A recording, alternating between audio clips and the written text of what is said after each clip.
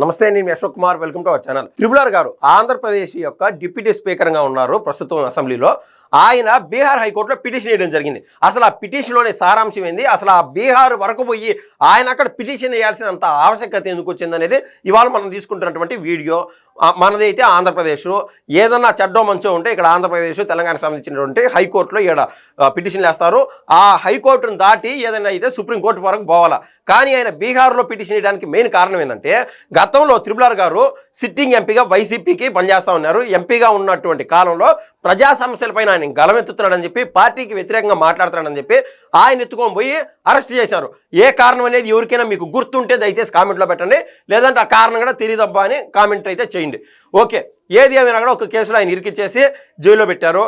తదుపరి కాలంలో ఆయన బయటకు వచ్చిన తర్వాత ఆ కేజీఎఫ్ సినిమాలో చెప్పినట్టు గాయపడ్డ సింహం నుంచి వచ్చేటువంటి శ్వాస గర్జన కంటే భయంకరంగా ఉంటుంది అని చెప్పి ముందుగానే ప్రెడిక్ట్ చేసినటువంటి జగన్మోహన్ రెడ్డి గారు, లేకుంటే ఆ ప్రభుత్వంలోని ముఖ్యమైన పెద్దలు ఏం చేశారంటే ఆయన్ని పూర్తిగా ఎలిమినేట్ చేసేయాలా అని ఫిక్స్ అయినారు.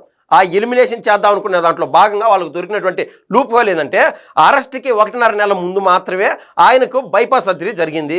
ఈ క్రమంలో ఏదైనా సరే ఏ యాక్సిడెంట్ రూపంలోనో లేకుండా ఏదన్నా పొడిసో గిడిసో చేస్తే బయటపడుతుంది నిజాలనేది.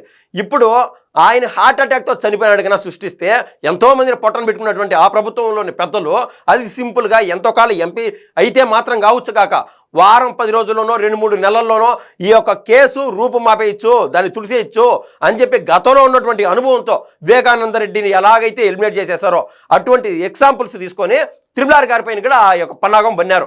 అందరికీ తెలుసు, ఈ యొక్క వైఎస్ వివేకానంద రెడ్డి గారి హత్య కేసు ఇప్పటికీ నానుతూనే ఉన్నది, నడుస్తూనే ఉన్నది. ఆ రోజుగా నా చట్టం తన పని తను పూర్తి స్థాయిలో చేసి ఆ యొక్క ఎవరైతే ఆ తప్పులు ఇన్వాల్వ్ అయినారో వాళ్ళని అరెస్ట్ చేసింటే మరోసారి త్రిపులార్ గారు లాంటి వాళ్ళకి ఈ యొక్క ఇబ్బందులు వచ్చేటి కాదు. సిట్టింగ్ ఎంపీనే ఈ మాదిరి హెరాస్మెంట్ చేయాలనుకున్నారంటే వాళ్ళ ధైర్యం ఏ పార్టీతో చూడండి. ఆ ధైర్యం యాడ్ నుంచి వస్తుంది. ముఖ్యంగా ఒక టీం అంటూ రెడీ చేసుకున్నారు. విజయపాల్ అనే ఒక పోలీస్ ఆఫీసరు, అదేవిధంగా ఈ యొక్క సునీల్ నాయక్, అలా కాకుండా డాక్టరు, ఇలా ప్రతి ఒక్కరిని ఎవరైతే డాక్టర్ అని చెప్తున్నానో ప్రభావతి అనే ఆవిడ, ఇలా ప్రతి ఒక్కరిని టీమ్గా ఇంబిట్ చేసుకొని దాదాపు 7 మంది ప్రధానమైన వైసీపీలో ముఖ్య అనుచరులను పోగేసుకొని ఇంకా త్రిపులార్ గారి పైన అయితే పన్నారు.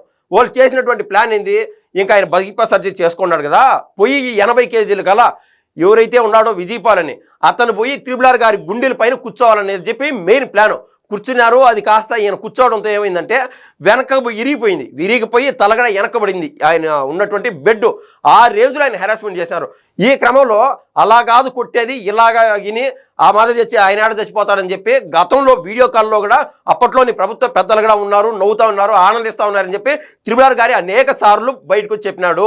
అందరికంటే ఎక్కువ బాధపడింది, గాయపడింది త్రిపులార్ గారు కాబట్టి, స్వతహాగా ఆయన పౌరుషం గల వ్యక్తి కాబట్టి గతంలో అనేక మార్లు త్రిపులార్ గారి దగ్గరికి ఏమైందంటే ప్రభుత్వం యొక్క పెద్దలు ఏం చేశారు, త్రిపులార్ గారితో మాట మంతి కలిపి ఈ కేసు నుంచి మమ్మల్ని బయటపడేసి దయచేసి అని చెప్పి వాళ్ళతో డీలింగ్ కోసం పోయినారు.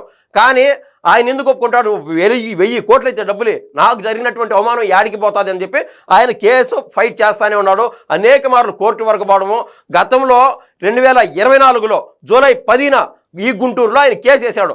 ఆ కేసు ఇప్పటికీ నాంతానే ఉన్నది. అనేక మార్లు త్రిపులార్ గారు కూడా ఈ యొక్క అసెంబ్లీ సాక్షిగాను చాలాసార్లు ఆయన వాపోవడం జరిగింది. బయట మీడియాలో కూడా చెప్పినాడు, స్పీకర్ హోదాలో ఉన్నటువంటి నాకే ఈ యొక్క చట్టం ఇంత లేటుగా ముందుకెళ్తుంది, నో మిస్టేక్ ఉన్నది, ఏం జరుగుతుందో నాకు అర్థం కానటువంటి పరిస్థితి అని చెప్పి చాలాసార్లు బాధపడినాడు.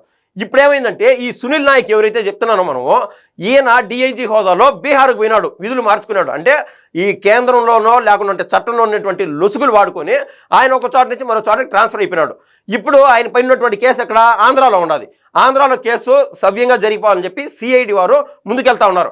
కానీ ఈ బీహార్ కేంద్రంగా ఏం చేశాడంటే ఆ కోర్టులోకి పోయి, నేను ప్రస్తుతం డిఐజీ హోదాలో ఉన్నాను, నా విధులు నేను సక్రమంగా నడుపుకోవాలంటే నా పైన ఏదో ఎలిగేషన్స్ వేస్తున్నారు ఆంధ్రాలో, వాళ్ళని నన్ను అరెస్ట్ చేయకుండా నాకు ప్రీ బెయిల్ ఇవ్వండి అని చెప్పి, లేకుంటే చట్టంలో కొద్దిపాటి ప్రొటెక్షన్ ఇవ్వండి అని చెప్పి ఆయన అరెస్ట్ చేయకుండా ఆయనంటూ కోర్టు నుంచి ఆర్డర్ తెచ్చుకోవడం జరిగింది.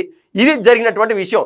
ఈ క్రమంలో త్రిపులార్ గారు ఎందుకు వదులుతారో, ఈ సునీల్ నాయక్ పైన టార్గెట్ పెట్టుకొని ఎవరైతే ఆయన ఇబ్బంది పెట్టారో, చచ్చిపోయే వరకు హింసించినారో ఆయన ఖచ్చితంగా చట్ట పరిధిలో శిక్షింపబడాలని చెప్పి ఈయన ఇంకా త్రిపులార్ గారు పోయి కేసు వేసాడు. ఎక్కడ?